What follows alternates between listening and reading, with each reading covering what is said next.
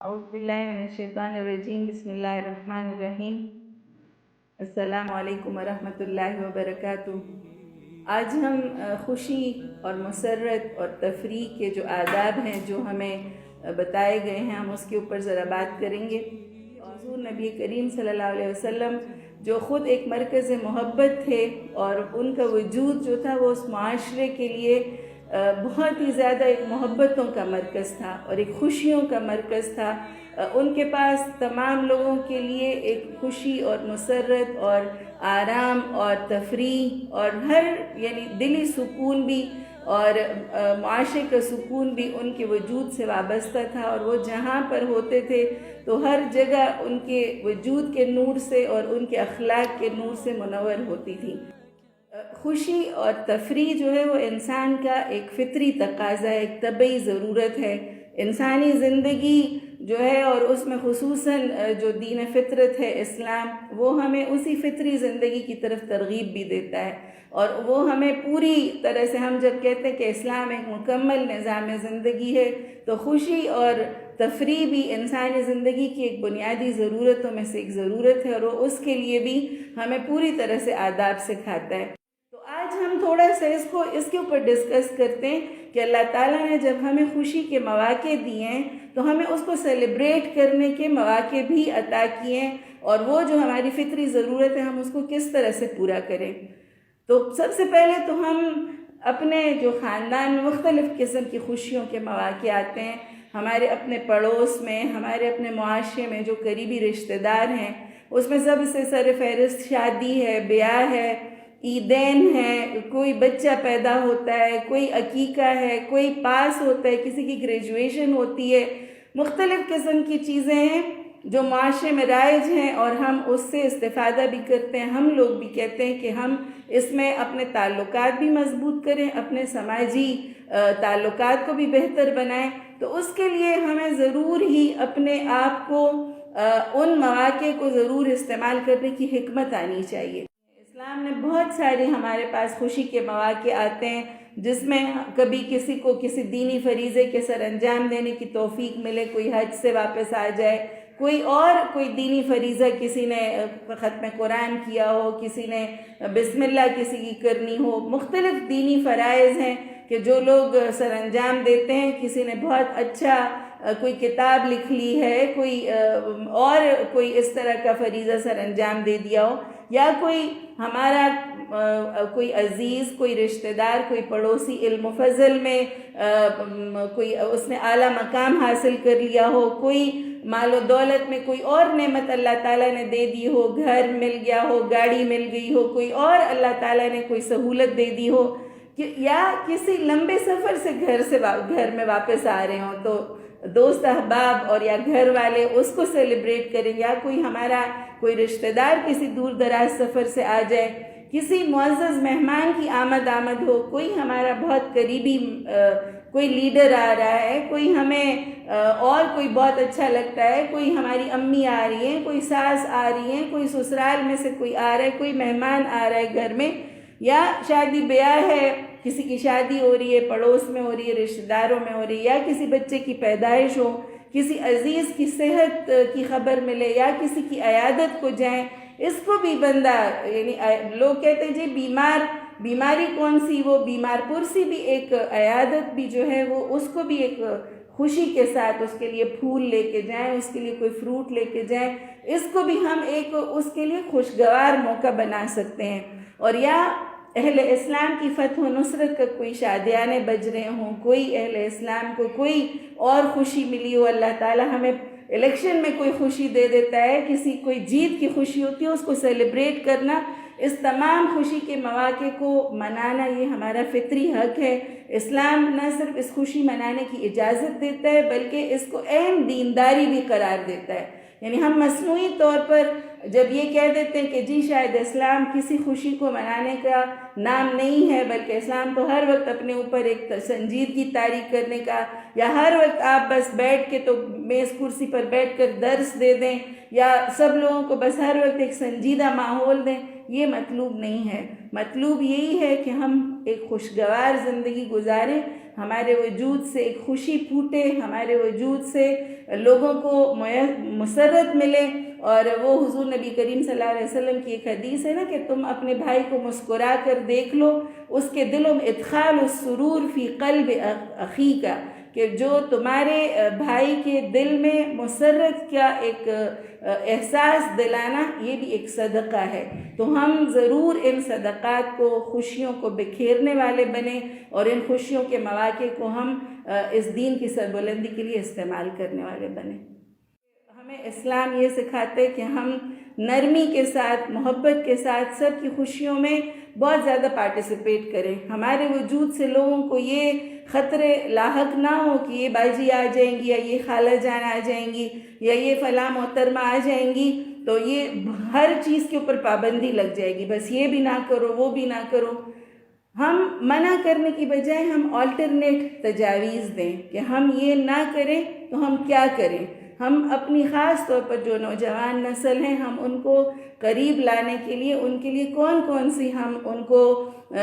سہولتیں فراہم کریں۔ اس میں سب سے پہلے ہم جتنے بھی جو بھی سیلیبریشن آ رہی ہے، جو بھی خوشی کا موقع آ رہا ہے، اس کے متعلق ہم اپنے گھر میں ایک میٹنگ بلا لیں، ہم ایک اجتماع اہل خانہ منعقد کریں، اور اس میں اپنے سارے بچوں کو جو بھی اس میں پارٹیسپیٹ کر رہے ہیں ان سے تجاویز لیں کہ آپ بتائیں کہ کیا کیا ہمیں کرنا چاہیے۔ ان کی مختلف تجاویز کا احترام کریں، اور وہ جو کچھ کرنا چاہتے ہیں اس کو آپ اپنی حدود ان کو ضرور سکھا دیں کہ اسراف نہ ہو اور تبذیر نہ ہو۔ دو چیزوں سے اللہ تعالیٰ نے منع کیا ہے کہ کسی چیز میں اسراف نہ ہو اور کسی چیز میں تبذیر نہ ہو۔ اسراف یہ ہے کہ حد سے زیادہ پیسے خرچ کرنا، اور تبذیر یہ ہے بے موقع خرچ کرنا۔ تو ان دونوں چیزوں سے بچتے ہوئے ہم اپنے بچوں کو اور اپنے ارد گرد کے اپنے رشتہ داروں کو ہم یہ موقع دیں کہ وہ ہمیں آلٹرنیٹ تجاویز فراہم کریں کہ ہم کیا کیا کریں۔ مثلا شادی آ رہی ہے تو ہم انہیں کہتے ہیں جی ڈانس نہ کریں، موسیقی نہ ہو، ناچ گانا نہ ہو، تو پھر کیا کریں؟ یعنی وہ اپنی خوشی کا اظہار کس طرح سے کریں؟ تو آپ ان سے مختلف تجاویز لے لیں۔ آپ اپنے اس میں ڈریس شو بھی بچیاں کر سکتی ہیں، مختلف ڈریسز بنا کے وہ اپنے دائرے میں رہ کر تو ڈریس شو کر سکتی ہیں، وہ کوئی اسکٹ کر سکتی ہیں، وہ کوئی اپنے بیت بازی کر سکتی ہیں، وہ اپنی شاعری لکھ سکتی ہیں، وہ اپنی شاعری کا مقابلہ کر سکتی ہیں۔ مختلف قسم کے جو یعنی آج کل کے ہمارے پاس جو جدید ٹولز ہیں، میں نے اس دن ایک شادی میں شرکت کی تو مجھے بڑا اچھا لگا کہ انہوں نے اپنی تمام جو چیزیں تھیں لائف کی، ان کی اپنی پوری فیملی کی، تو وہ اپنے ہی اندر انہوں نے اس کے چھوٹے چھوٹے کلپس بنا کے وہ اپنے ساتھ سب کے شیئر کر لیے۔ تو جو یعنی حدود اور سطر اور پردے اور حجاب، ان سب کی چیزوں کو مد نظر رکھتے ہوئے ہم لوگ یہ چھوٹے چھوٹے جو مواقع ہیں ان کو استعمال کر سکتے ہیں۔ اسی طرح ایک شادی میں گئے تو بہت ساری یعنی انہوں نے مہندی نہیں کی تھی، لیکن مہندی کی جگہ انہوں نے درس قرآن رکھا تھا، لیکن درس قرآن کے ساتھ انہوں نے اپنی دلہن کو پوری طرح سے تیار کیا تھا، جس طرح لوگ تیل مہندی اور اس کے لیے تیار کرتے ہیں، اور خوب انہوں نے اسٹیج بھی سجایا ہوا تھا، کھانا بھی بہت اچھا دیا ہوا تھا، اور اپنے سارے رشتہ داروں کو بھی بلایا ہوا تھا، اور ایک بہت ہی بڑے عالم دین سے انہوں نے بہت ہی خوبصورت درس کرایا ان تمام چیزوں کو۔ تو سب لوگوں نے کہا ناچ گانے کی بجائے آپ یہ مواقع اس طرح سے بھی استعمال کر سکتے ہیں کہ لوگ اس میں اچھے کپڑے بھی پہنیں، اچھے ایک دوسرے کے ساتھ کھانے بھی کھائیں، ایک دوسرے سے گپ شپ بھی کریں، اور اسی کے ساتھ بچیاں بیٹھ کے تو اپنا دف بجا کے جو بھی وہ کر سکتی ہیں۔ مہندی کے مقابلے کیے جا سکتے ہیں، میک اپ کے مقابلے کیے جا سکتے ہیں، حجاب کے مقابلے کیے جا سکتے ہیں، اور مختلف قسم کے آپ ان کو آلٹرنیٹ دیں۔ آج کل بچیاں خود ہی بہت اچھی تجاویز آپ کو دیتی ہیں، اور وہ اسی طرح سے لڑکے بھی باہر وہ مختلف قسم کے مقابلے، رسہ کشی کے، زور آزمائی کے، تیر اندازی کے، یعنی ضروری تو نہیں ہے کہ شادی بیاہ کے ساتھ صرف ناچ گانا ہی ہم لوگ اس کے ساتھ یعنی اٹیچ کریں، اس میں آپ وہ تمام تفریح کے مواقع ہم ان کو بہم پہنچا سکتے ہیں جو کہ وہ پہنچاتے ہیں۔ مجھے یاد ہے ہمارے گاؤں میں وہ سارے لڑکے بالے جو ہوتے تھے شادی کے یعنی مہندی کی رات وہ سارے لوگ حلوہ بناتے تھے، پوری رات وہ حلوہ مختلف قسم کے میوے ڈال اور کیا کیا چیزیں ڈال کے، تو وہ ایک پوری سیلیبریشن ہوتی تھی کہ جی وہ ہمارے ہاں وہ ایک پوری تقریب ہوتی تھی۔ تو ناچ گانے سے بھی بچے رہتے ہیں اور بچے اس کے لیے آلٹرنیٹ ان کے مواقع بھی ہوتے ہیں۔ اسی طرح سے ہم لوگ کہتے ہیں جی سالگرہ نہ منائیں، اور ہر سال ارد گرد بچے دیکھتے ہیں کہ ان کے ارد گرد پر یہ جو رسم ہے یہ بہت زیادہ تیزی کے ساتھ پنپ رہی ہے، تو ہم اس کا آلٹرنیٹ اپنے بچوں کو کیا دیں؟ ہم نے اپنے گھروں میں دیکھا کہ جی ہر سپارہ لیتے ہوئے ایک پوری تقریب ہوتی تھی، وہ سپارہ مہینے میں بھی ختم ہو سکتا تھا، ہر مہینے ہی ہم لوگ سیلیبریٹ کر سکتے ہیں۔ آپ لوگ کیک نہیں کاٹتے تو بچوں کو کہہ دیں کہ وہ اپنے لیے بیکنگ خود کر لیں، کوئی کھانے خود بنا لیں۔ مجھے یہ بھی یاد ہے کہ ہمارے خاندان میں جب بھی ہم لوگ اکٹھے ہوتے تھے تو میرے بڑے تایا جان ہمیں کہہ دیتے تھے تم میں سے کس کس کو کیا کیا پکانا آتا ہے، اور پکانے کے ہی اس کی کوکنگ کے ہی مقابلے ہوتے تھے اور پھر انعام بھی ملتا تھا۔ تو ہم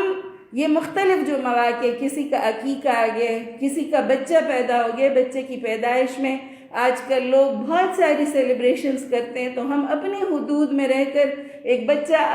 اس دنیا میں تشریف لائے، ہمیں بڑی بہت زیادہ خوشی ہے اس کی، تو اس کے لیے ہم لوگ گھر میں بہت سارے اس کے سیلیبریشن کر سکتے ہیں، اس کے لیے خود اپنے ہاتھوں سے کچھ بنا سکتے ہیں، اس کے لیے کوئی ڈیکوریٹ کر سکتے ہیں کمرہ، اور یہ سارے مواقع ہیں جس کو ہم اس طرح سے استعمال کر سکتے ہیں۔ میرا بنیادی مقصد یہ ہے کہ ہم اپنی نوجوان نسل کو جو ہم سے انہیں خدشات لاحق ہیں کہ یہ والی آنٹی آ جائیں گی پھر ہمیں یہ کچھ بھی نہیں کرنے دیں گی، یہ تصور ہم اپنا ختم کر کے ہم ان کے ساتھ خود شریک ہوں اور وہ ہمارے ساتھ اتنی محبت کے ساتھ وہ اٹیچ ہو جائیں کہ یہ والی خالہ جان، یہ والی امی، یہ والی باجی یہ تو ہمارے ساتھ خود اتنا زیادہ انجوائے کرتی ہیں۔ ان سارے مواقع کو ہم حرام چیزیں بہت تھوڑی سی ہیں ان سے ہم انہیں بچا کے اور حلال کی دنیا جو ایک پوری آباد دنیا ہے اس طرف انہیں لے کے جائیں، اور انہیں ساتھ ساتھ یہ بتائیں کہ ہم اپنے غریب رشتہ داروں کو کس طرح سے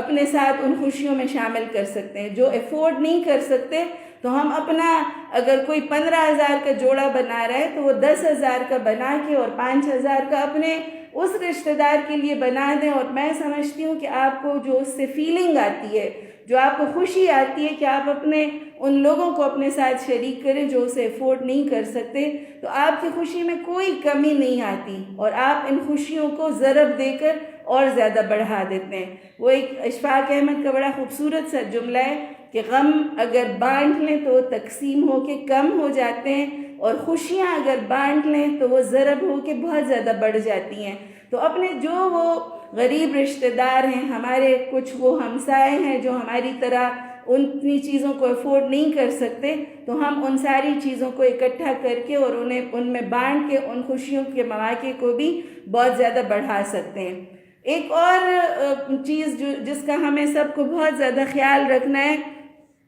کہ ہم پابندیاں نہ لگائیں، ہم ان کی اس نوجوان نسل کی خوشیوں کو کچلنے کی بجائے ڈائلاگ کا معاملہ کریں، ان کے ساتھ ڈسکشن کریں، اس لیے کہ ہم اس کو طاقت کے ذریعے سے اگر کچلیں گے تو وہ ان کاموں کو غلط طریقے سے کریں گے، اور وہ جب ہم نہیں ہوں گے تو اس کے لیے کوئی مواقع نکالیں گے اور راستے نکالیں گے۔ اس لیے طاقت کا استعمال اور اپنے روب داب کا استعمال ہم ان خوشیوں کے مواقع پر بالکل بھی نہ کریں۔ ہم بڑی باہمی رضامندی کے ساتھ اور خوشیوں کے ساتھ ان مواقع کو سیلیبریٹ کریں کہ ہم ناراضگیاں لوگوں کی ختم کریں، ہم اپنے جو ہم سے ناراض دوست ہیں، رشتہ دار ہیں، ان کے گھروں میں جائیں اور ان سے یعنی معافی مانگیں، ان سے